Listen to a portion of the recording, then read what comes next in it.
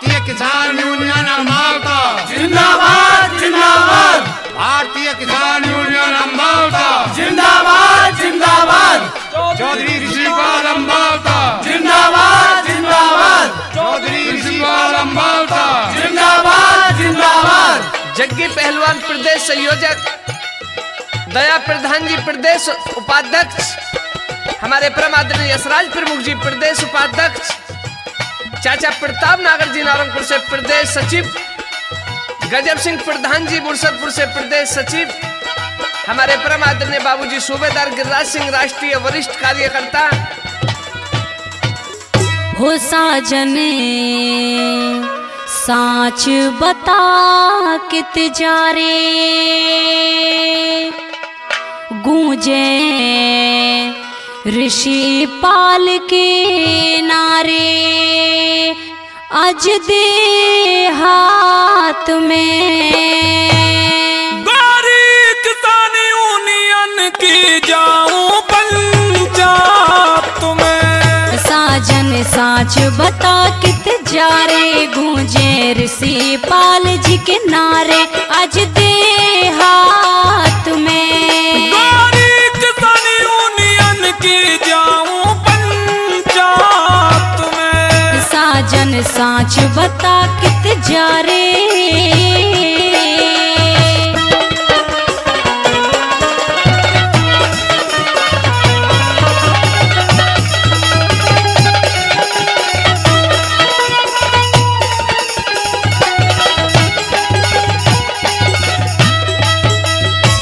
अनपढ़ समझ किसान लूट लिए, बैठा के दिन धोली, वादने आदा याद खेत से भर के चाल टोली री, भर के चाल टोली। हो अनपढ़ समझ किसान लूट लिए, बैठा के दिन धोली, वादने आदा याद खेत से भर के चाल टोली री, भर के चाल टोली। गोली खटक रही सीने में, सारे अब क्या रह गया जीने में, करूं अब घात में। गोरी किसान यूनियन की जाऊं पंचायत में, साजन साच बता कित जा रे।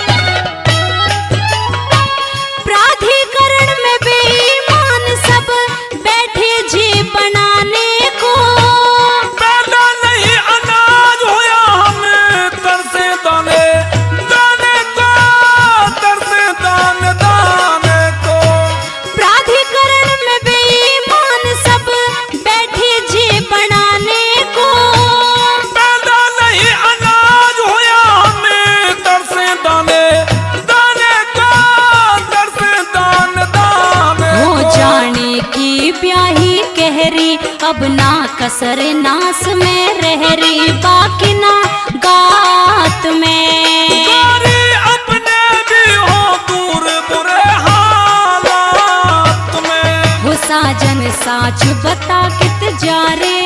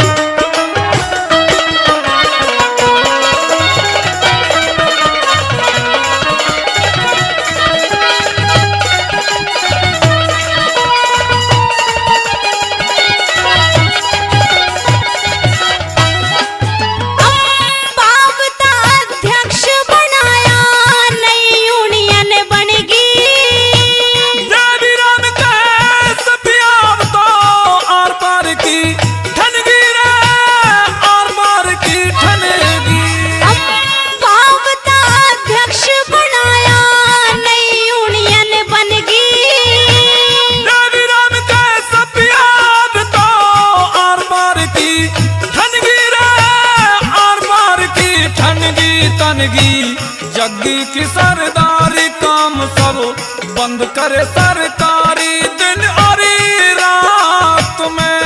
गोरी किसान यूनियन की जाऊं पंचायत में। हो साजन साच बता कित जा रे, गूंजे ऋषि पाल जी के नारे आज दे हाथ में। गोरी किसान यूनियन की जाऊं पंचायत में। हो साजन साच बता कित जा रे, गूंजे ऋषि पाल जी के नारे आज दे हाथ में। गोरी किसान यूनियन की जाऊं पंचायत में। साजन साच बता कित जा रे।